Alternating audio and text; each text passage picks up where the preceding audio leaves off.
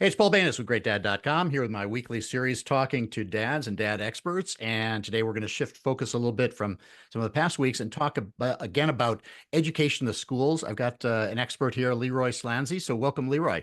Thanks for having me, Paul. So you've got a really broad experience in education with kids. You're currently a principal at an elementary school. You're in Canada, but I think a lot of the issues that we're going to be talking to are global in nature, and certainly we're going to be talking about North America in specific. And what really just captivated me about talking to you was the idea that there's kind of, I don't know, we didn't really use this vocabulary, but a silent epidemic that dads of even if you're 35, 40 years old, or older dads don't realize how much things have changed for kids today versus when we were growing up. So we take kind of things for granted. We think, oh, they're going to be just like we were. They're distracted in some ways, but they'll get out of it. They'll grow out of it. But things have changed.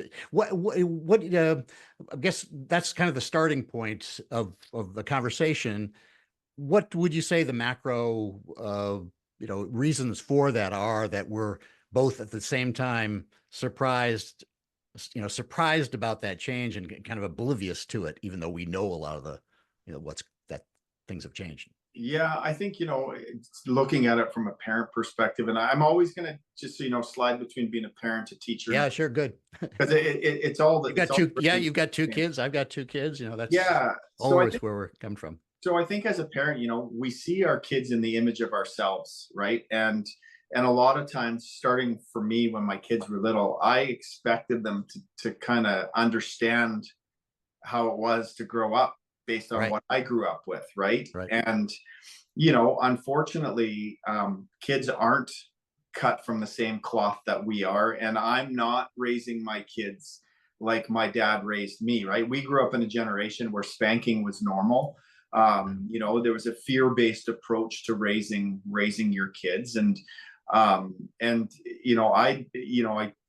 kind of skewed that line a little bit as a parent, raising my own kids. But you raise your kids differently because there's a different standard that society kind of expects you to adhere to around things like spanking and fear-based kind of parenting, right? So I think that's the hardest thing as a parent. Like, I'm 50 and I have a 16 and 18-year-old. Like, I had kids when I was 33, so I was a little later in life.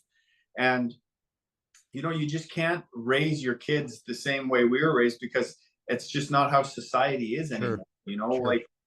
I grew up in as an Italian, I was in the Catholic Church, and they used the fear of God, and you're going to go to hell if you don't behave. And I used to have to go to confession. I'd come out and do all my Hail Marys, and it's just not the same anymore. And so we've had to approach our children differently, and because of having to approach our kids differently, and then all of those societal factors that are coming in and influencing our children, like social media, like not outside playing as much, and gaming systems, and then not having a mom at home or a dad at home full time.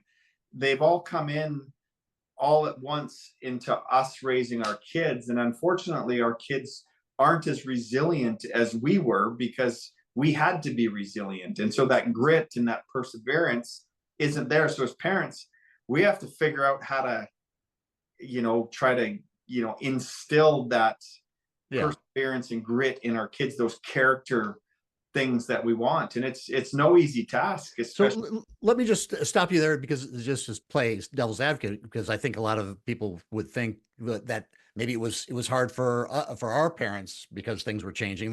People are always saying, oh, it's completely different. The game has completely changed. I've been saying that for a long, long time. And if it wasn't the internet, it was TV, and it was comic books and radio and everything before that. Even the book at one time was considered a devilish instrument for people.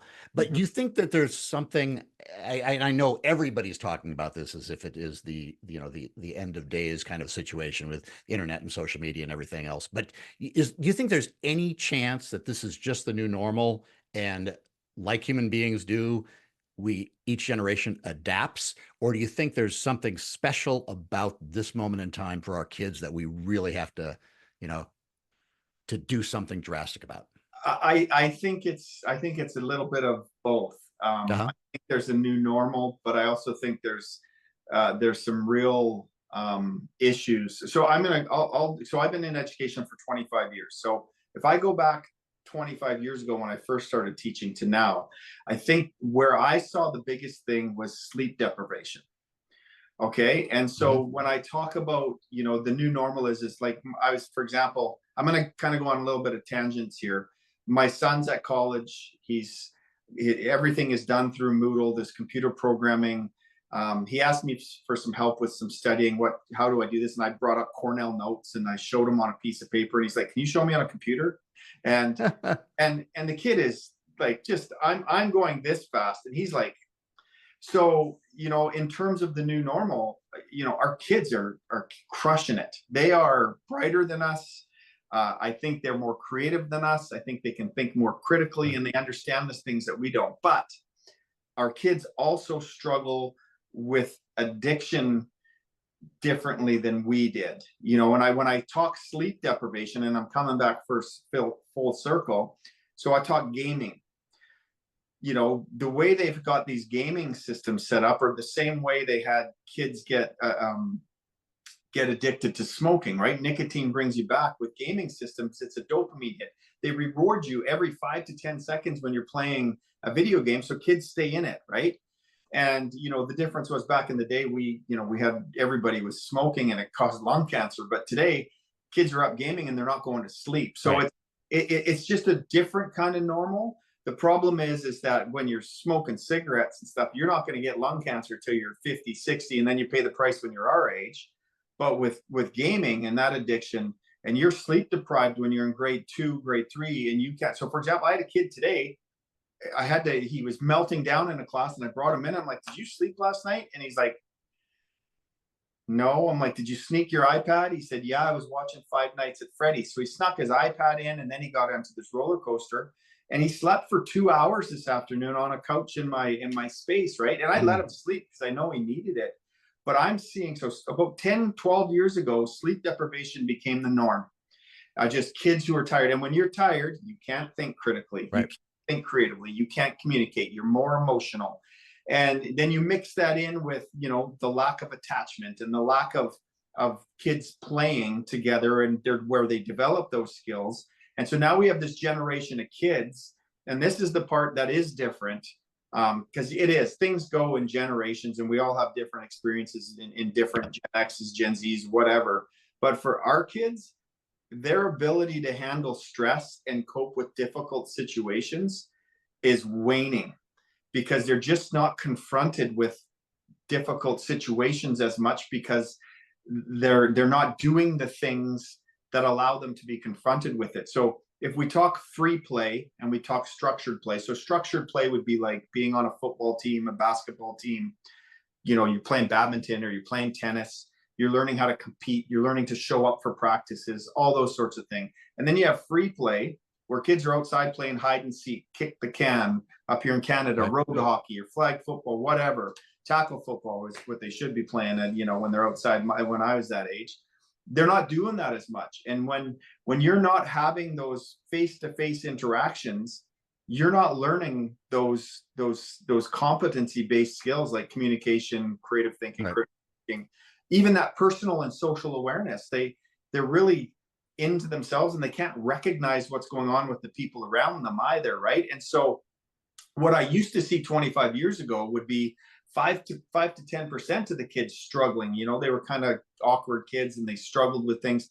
And there would be 1 or 2 kids in a class of 30 who would cause a ruckus and a problem for a teacher. But now in classes, now you see out of a class of 30, you have 10 kids who are dysregulated, 10 kids who can't handle it. And if you think you can manage 10 kids and teach a lesson to 30, you're kidding yourself. And so that's why you're hearing a lot more about these behavioral issues Yep. in schools and at homes and parents don't know how to help their Yeah. kids cope. Yeah, I think a lot of parents are kind of blindsided by this, is that they're going along and they have kids that are perfectly like normal, or what is expected to be normal. They're with their parents a lot, and then one day, and in our case it was the fault of the school. They gave them all iPads in seventh or eighth grade without really doing any kind of research on how to handle that situation. And the next thing you know, you've got kids who are suddenly you may have a child who's addicted to something that you didn't even see coming, whether it's porn or video or something else. And the parents are kind of like I say, blindsided by the whole idea because they didn't see that coming. What do are there warning signs in this that you've seen that parents need to be aware of when they know this is a potential, but I think a lot of us go along, thinking the best, that we want to believe our kids are, little Yeah. angels and everything, and Well, Paul, get I'm gonna surprises. flip it back and throw some of the onus back on parents. The best way for a parent to see where their kids are with technology is for a parent to track how much they're on their own technology. Yeah, Right. So if a parent is on their phone and they're at home with their kids and they're on their phone and they don't know what their kids are doing because they're on Facebook or they're on sure. Instagram, right? Then my assumption is their kids are on it as well, right? So the onus isn't just on schools or parents. It's this whole structure around moderation. Like everything needs to be moderated. And I think there's some schools, I was at a school when the iPad craze came out and kids in kindergarten and grade 1 were like clicking buttons to do math and English. Like, well, they have to work on their fine motor skills. They still need a pencil in their hand. And here, like at my school, I force those things on my kindergarten because it's easy teaching too. It's easy to throw an iPad in front of somebody, Sure. but the study shows that it doesn't create the learning that you need to create, because you need to be able to pick up a pin and put it somewhere. You need to be able to, because like even like moving an object with your fingers, that helps you hold a pencil. Being able to print, being able to write, that helps your brain. Like it's all attached, right? And so I think there's not just a school piece, there's a parental reflection piece where they need to look in the mirror and see what the technology is like in their home as well. Right. And So, then, yeah. so you're saying one thing is modeling some sort of behavior in the home. So if you're on Facebook all the time, it's hard to tell your kids not to be on Instagram or whatever the newest thing is that they're on today that Yeah. we don't even know about. And then what we were saying, the second thing is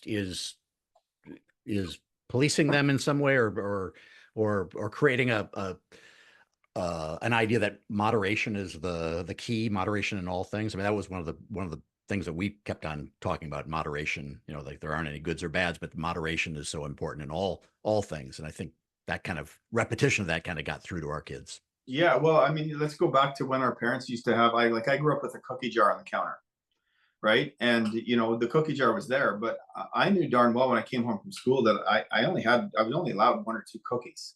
Right. And if I took more, I was getting a smack on the back of my hand. My mom would say, you can't eat all those cookies because dinner's coming and we're going to have she wouldn't say protein, but for us, Right.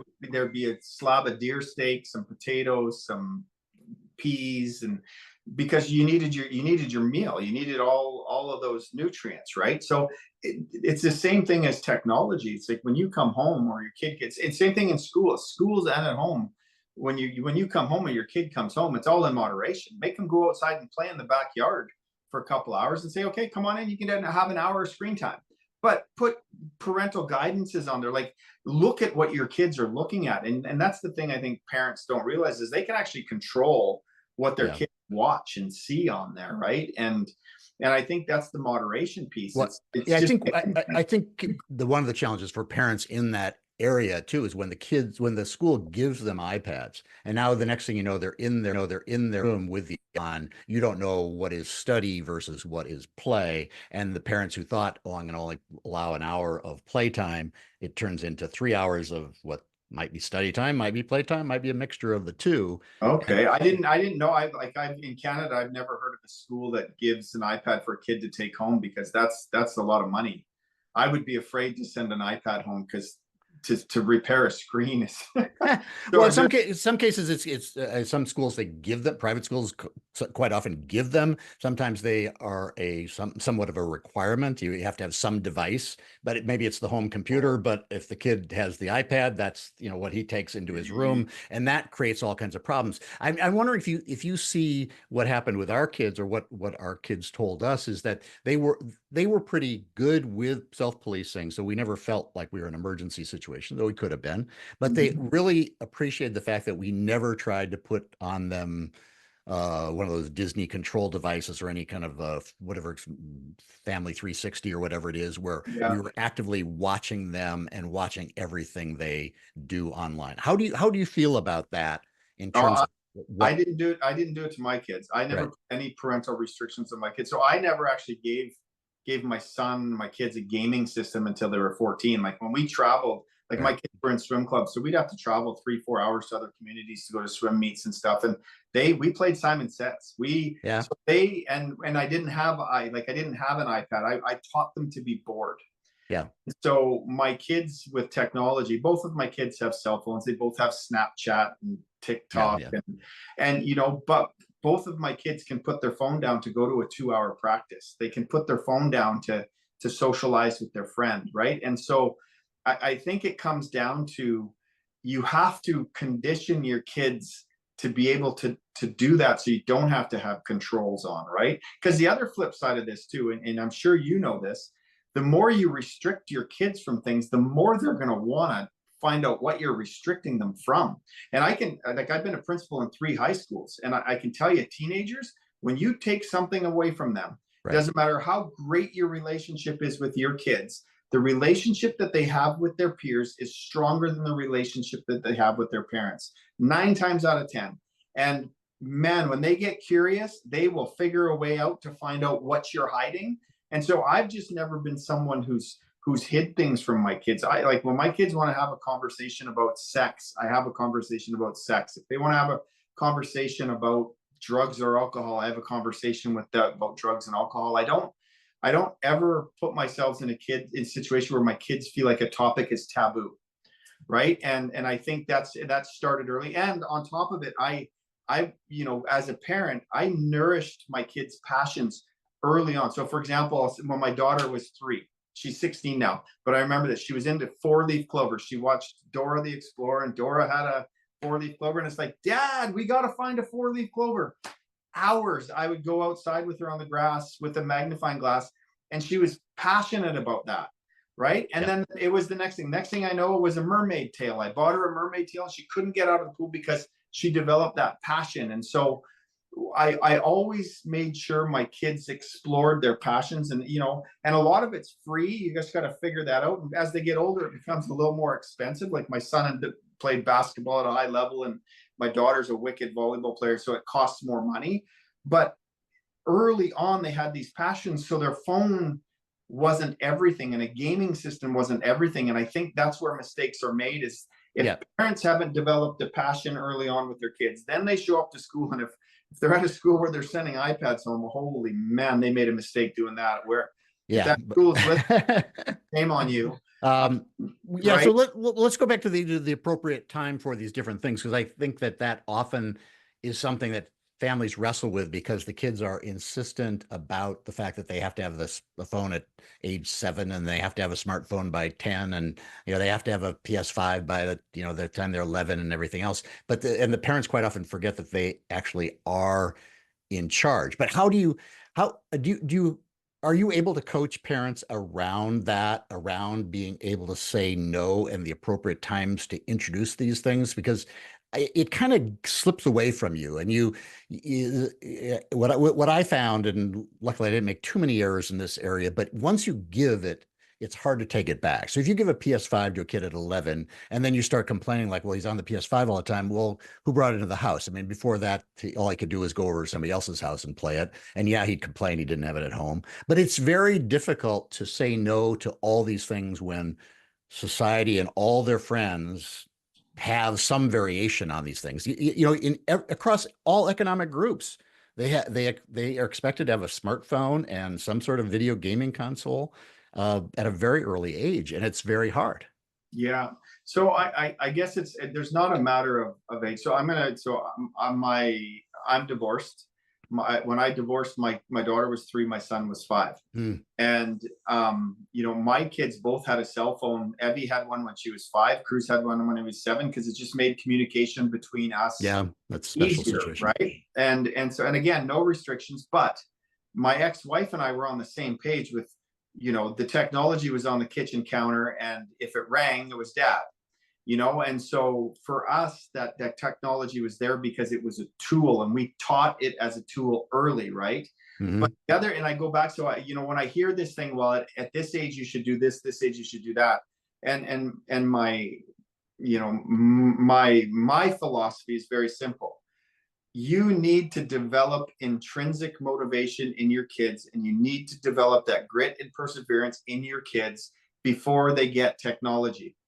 And if you can develop that by the time they're 6, then you're going to be a little safer with introducing technology into their lives. But when you do introduce technology into your lives, you better darn well have a plan of moderation and a structure saying, okay, I'm introducing this, but you only get to play it on Sundays from 9 to 10, right? Or you only get to play it on Friday from 8 to 12, or whatever it is. You do things by moderation, but you should never introduce anything that's addictive.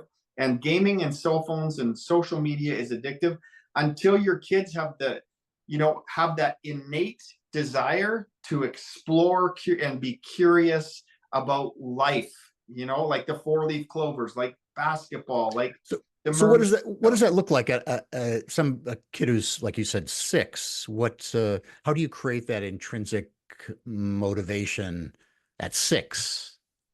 So 6-year-olds love right now. At my school, we have Play-Doh is a big thing for a group of kids at my school. So what you do is, if your kid's into Play-Doh, dive into Play-Doh. Right. Go buy more Play-Doh. Sit at the kitchen table, make castles with them. Dive into whatever their interest is outside of technology. Dive into it. I get that. I get that in developing the interest in their passions, which is clearly a really important role for parents, and massive role for us to play is not pushing our passions on them, but finding their passions. But in terms of creating the motivation to, like, let's say the Play-Doh example is, yeah, you could play with Play-Doh all day, but what is the motivation to, I don't know, is it to become a Play-Doh expert, or is it to create art out of Play-Doh and find the joy of discovery of being able to build something like that, and saying no to the video game because I want to do something that has intrinsic value? There's some interplay in there that I think is more complicated than most people know how to do, because we're not all psychologists as dads. That's right. So basically what you're doing is, when you're diving into Play-Doh, you're setting up the transition. You're setting up the passion. So as soon as you can set up passion and intrinsic motivation, it's very easy when your kid's playing Play-Doh to all of a sudden walk over to the kitchen and say, hey, do you want to help me make cookies? And then they come over and they make cookies with you. And then all of a sudden, like, oh, wow, that was cool. It's like, hey, have you ever seen how I load the dishwasher? Watch how I load the dishwasher. See this little tab? Let me tell you about this tab. Everything spins off. So you think of a car salesman. When you go buy a car, they're spinning you off. You need to buy this package, buy this package.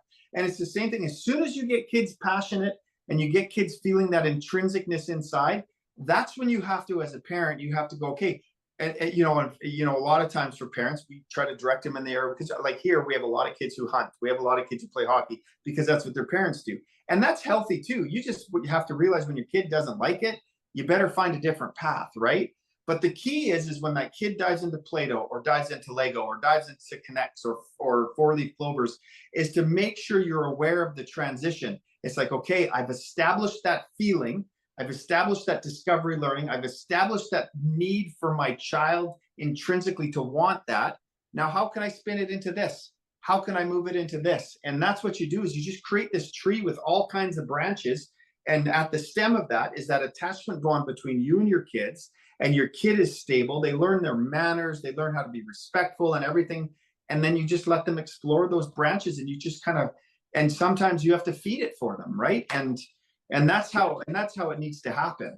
So let me ask you this in terms of like a Lego thing. I think a lot of parents would say, oh, he likes Legos. Let's get him a Lego for Christmas. Let's get him a Lego for his birthday. But they don't think about it any deeper than that. Is there something that parents, dads should be like, get themselves in the mindset when they are doing these things, that they're building on something? I guess it's like I talk a lot about being, an intentional father rather than just going with the flow. And I'm just wondering how to frame that kind of, feeding that passion, of whether it's Legos or Connects or whatever the thing is, and how you do that intentionally versus just supporting it. Yeah. So, we were talking about the framing of how dads can frame the supporting of the passions. What's the difference between support and uh, actually understanding how this will fit into this intrinsic motivation, which we'd all love to have our kids experience? So here's the really cool thing about technology. So I don't know if you have any experience with AI or Chat GPT. Yeah. So if I'm a parent, and I do this with my kids and I do it actually everywhere now, is you can literally go into Chat GPT and you can say, find me spin-offs for my child related to Lego. And it give me 10 examples of different things I could do with my kids that'll branch off of Lego, and it'll spit out 10 ideas for you. And then you can intentionally pick one of those, and it's like, oh, okay, maybe I'll move into Connects now. Maybe I'm gonna move into robotics, yeah, right, or robotics, or building a model airplane, or and so that's where you can intentionally do that kind of thing. And parents need to use their own strengths as well. Like, my dad is very good. He's a mechanic. He's very good with his hands and all that kinds of stuff. And he was always very good at all of a sudden starting to build a birdhouse and say, hey, grab this hammer, even though I had no interest, right? And so there was that intention that was there. And I think what parents need to do is they need to just kind of try to habituize it. They need to make it a habit in terms of when they're working with their kids or playing with their kids, when that teachable moment pops up in their head, it's like, oh, I wonder if he'd like this. Write it down. Like, okay, when can I come back to this? How can I? And it's the same thing. So in school, for example, we call it integrated education. So, for example, when you're teaching social studies, you're also teaching language arts, English at the same time. And so when you're teaching, or if you're teaching English, you incorporate social studies because you can teach paragraph writing using the Roman Empire, right? And you just mesh things together like that. And when you can integrate things in your parenting and you can integrate things in school, it just allows that tree and those branches to just go, right? But it's hard work, especially if you're in a situation where you feel like you're past the point of no return, where you have that kid now, he's addicted to technology, and when you take it from him or her, they trash a room, or they're crying, or they have temper tantrums. At that point, you just have to go old school. You take the iPad away, and if you have to hold your kid until they're finished having a fit, you hold them till they're having a fit, right? And you just got to do that. And then, and then at that point, when they want the technology there, you have to use that replacement behavior therapy kind of stuff where they want the iPad, try and replace it with, hey, why don't we go do this? But, sometimes when a kid is having a temper tantrum in a store, you pick them up and take them out of the store. Yeah. Right. And that's part of what the issue too, I think, with parents is sometimes they're afraid to raise kids the way we were raised, and you're still allowed to be someone who's not your kid's friend. You're their parent, right? And I think parents, that is, as a principal, I deal with that too often, where I have parents who think they're friends with their kids, and they're afraid to draw that line when it's a no. I think it is really hard because I think parents are often put in that situation where they're afraid. They're maybe not irrationally afraid that they're going to lose the love of their children because they say no too many times, and that they've said no. They've taken things away, or they've said no where the child thinks that they have a right to this, and that the parents are just being mean. And the true reality that most parents have to come to realize over time, hopefully earlier than better, that it's very hard unless you're abusive, unless you're really going out of your way to be abusive, that the kids are going to hate you for helping establish clear boundaries and firm boundaries. They usually, when they're a little bit older, they love you more for the fact that you said no, rather than the fact that you gave them all this stuff and didn't have the love and the care that it takes to be a little bit more disciplined. And I'm not talking about hitting your kids, but I'm talking about boundaries and structure, like you say. Yeah, well, Paul, I'll use an example. So I've been in 3 high schools, and there's alternate programs, right, for kids who struggle. And kids who are in alternate programs typically come from homes where there's addiction and parents just aren't there to parent. There's no attachment. Mm-hmm. They can go out as late as they want. They can go do whatever.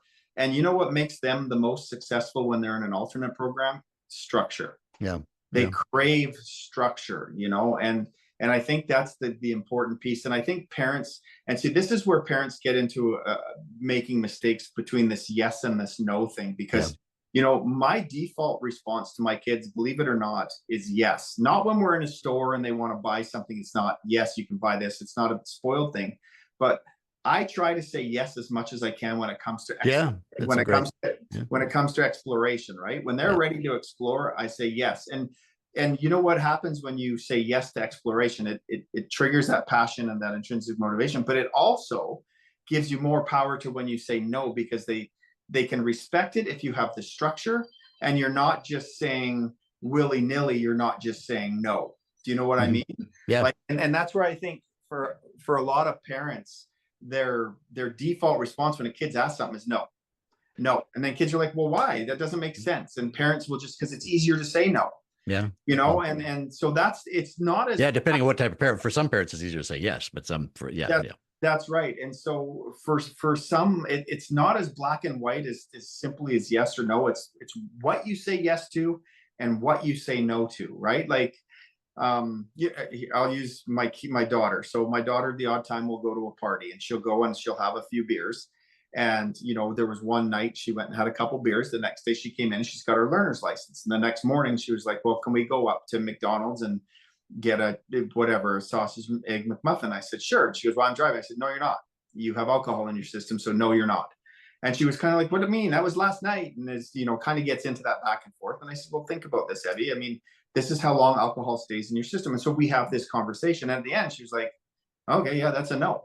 Right? But you know, there's room for conversation. It's not just a no in the sense that no, because I said so. This generation, because we grew up, it was no, because I said so.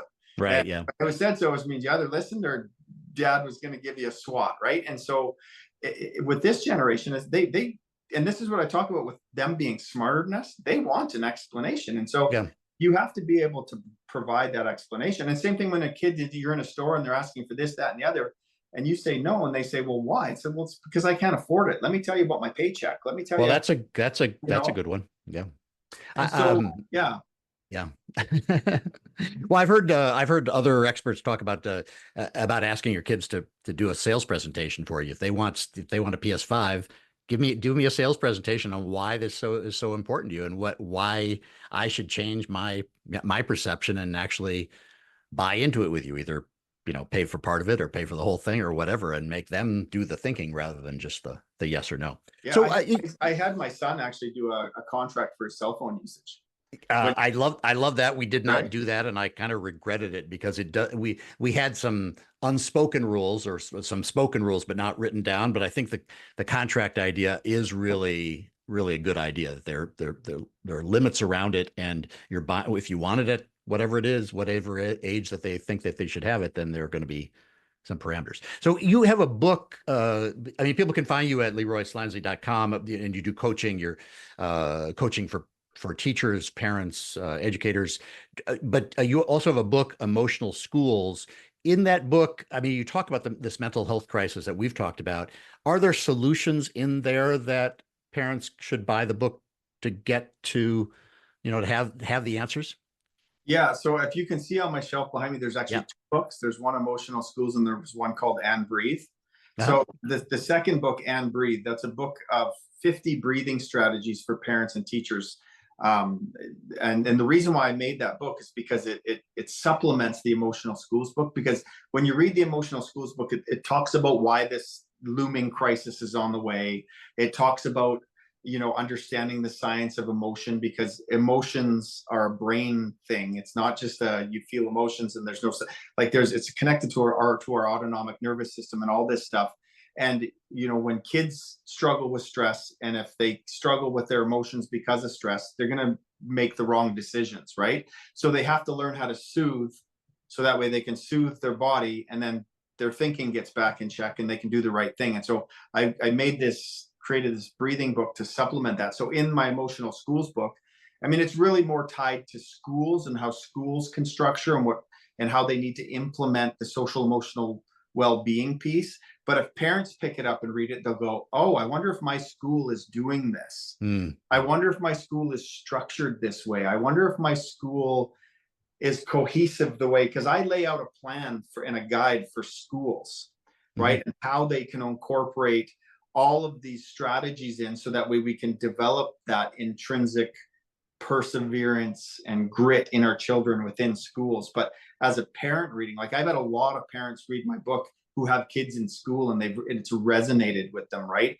And then they've also bought the And Breathe book because it ties directly into the brain science of emotions and needing to soothe and needing to calm. Because you and I both know when we get angry, you probably have a soothing technique that who knows where you got it from, but we all do, right? And Mhm. you have to take a step back, take some deep breaths before you say something you regret, right? Mhm. And that's what the book Emotional Schools is truly about. It's about teaching kids to deal with stress, and the teachers and parents, because we're not innocent in the game. Because being a teacher in the reason why teacher burnout is so high and why people are leaving the profession in droves is in the States is because you don't pay teachers well enough. Sure.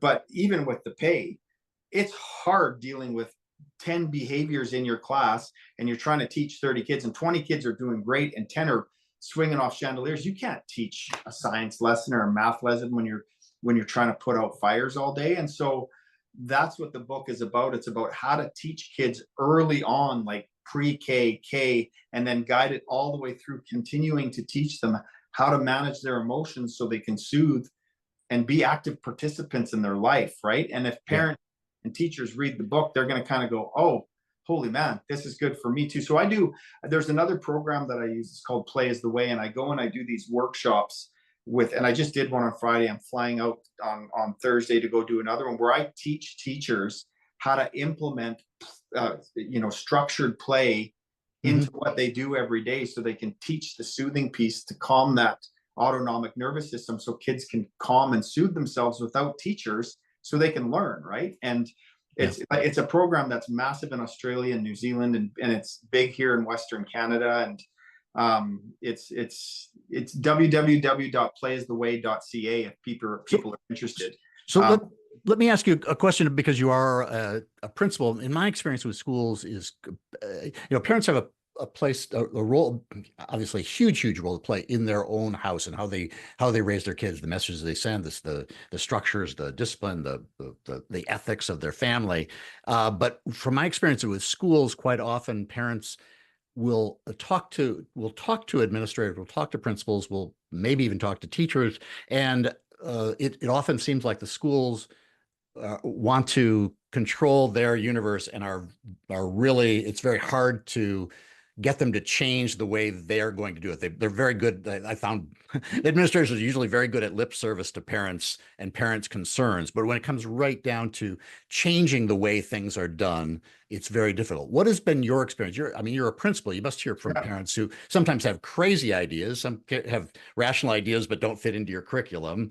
What is the best way for a parent who's got a real concern with the way the school is set up in some way that potentially would be changeable, but would be, a change? What is the best way for them to react, or how should parents think about that relationship? Because I think we want to trust teachers and we want to trust schools, but we all also are human beings. We see where things maybe could be different. Yeah, and it's two pronged. So what I think parents fail to recognize. So up here in Canada, we have some of the say. Well, I'll use the LGBTQ thing here. So in Canada, in our schools, we're expected to have tolerance and teach about genders and to teach all of those things. But that doesn't mean that's the principal's belief or morals or values. It's been directed by the Ministry of Education Sure. provincially. So parents will oftentimes come in and they'll rake me. They'll come in Oh and say, yeah. "How dare you do this?" or "How dare you have Right. this book?" Or and That's I the law. Yeah, that's the law. yeah, and I just tell them, I say, you know what, I don't have to. So for example, right now, like I work in an Indigenous school. I moved to an Indian reservation because in Canada, what happened to our Indigenous, well, same in the States, what happened to our Indigenous people is a travesty. And I wanted to immerse myself in their culture. So in my school, we drum and there's a prayer to the creator. I'm not religious. I don't go to church, Right. but I'm the principal of this school. And when somebody Right. comes to my That's school important. Yeah. and they register, I tell them, I said, listen, just so you know, when you come to this school, you're going to have to learn to speak the indigenous language. You're going to have to do the prayer. And if you don't want to be here, I said, go somewhere else. And I tell them straight up, just say, just so you know, I'm Italian. I said, I'm going to learn the language because I want to learn anything I can. I said, and I said, I'm not religious, but I participate in the prayer because that's I'm getting paid to do community. that. Yeah. And you know what? In the Bible and prayer, there's lessons to be learned in everything. Sure. Yeah. You know, and so that's how I kind of start with parents when it comes to some of those more serious topics. When it comes to just small kind of minutia type things, every school has a parent advisory council that is held once a month, and parents can come in. The only rule is you can't come in and blast the teacher. You can't come in and say, which is good. Yeah. You know, because parents oftentimes have these blinders on that their kids are angels too, right? And you know, and you know, 5 times out of 10, you know what, their kid isn't an angel. The other 5 times out of 10, the teacher might be a jerk, right? And so it's really hard. And so when a parent comes in, they have to come in. And I strongly suggest, if you're going to come in and you want to see some changes in the school, come in with some evidence, come in with some stuff that's been done, that's been studied and reported on, an article about this or an article about that, and you know, and bring it into our school. So for example, you know, when I was at the high school before I left, I had a parent come in and they said, we really need field hockey in our school, we really need this, blah blah blah. And I said, there's no funding. I said, you need to come in and tell me how this is going to work, because we have basketball, we have volleyball, and in Canada we don't put money into sports. Teachers volunteer. There's no stipends for coaches. Oh, really? Yeah. Yep. You volunteer. Like I coached for 25 years. I got $0. Weekends, gave it up, everything. And you volunteer your time. So, but my what I told the parent, I said, come to PAC and present. I'll be there. Other parents will be there. And you tell me what your plan of attack is. Yeah. She ended up doing fundraising. She ended up getting all the equipment. Field hockey's been there for 2 or 3 years now.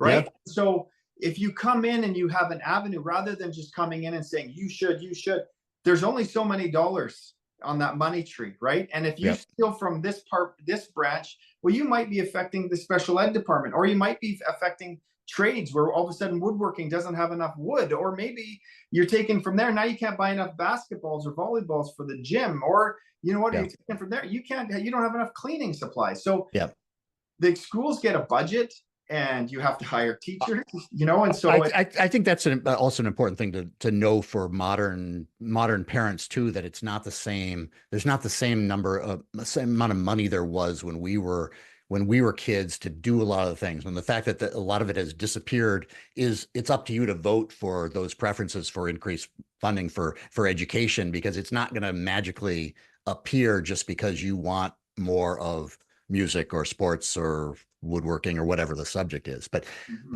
it's obviously it's a challenge. I'm more curious as to whether on things that are maybe less funding oriented, we were explaining about the fact that they gave iPads into our schools, and I did an advisory council. I did all those things, and I found it was a way to pay lip service to the parents who had concerns, but not as a way to actually change the way things were handled. And maybe that's just been my one experience. But one thing I'd advise parents to do if they can in their schools, and I'd be interested in your opinion on this, is to try to get the school to do a survey of all the parents so that you have some benchmark ideas of how other parents are doing. What age are they giving them a phone, a smartphone, letting them on Instagram or whatever the thing is of the moment, so that you're not caught blind of just saying, I know Johnny and Jerry and Jenny and Jill and everybody else says that, you know, they all have smartphones, but you can't have one. And you're able to say, well, our community standard is this for that topic. Yeah.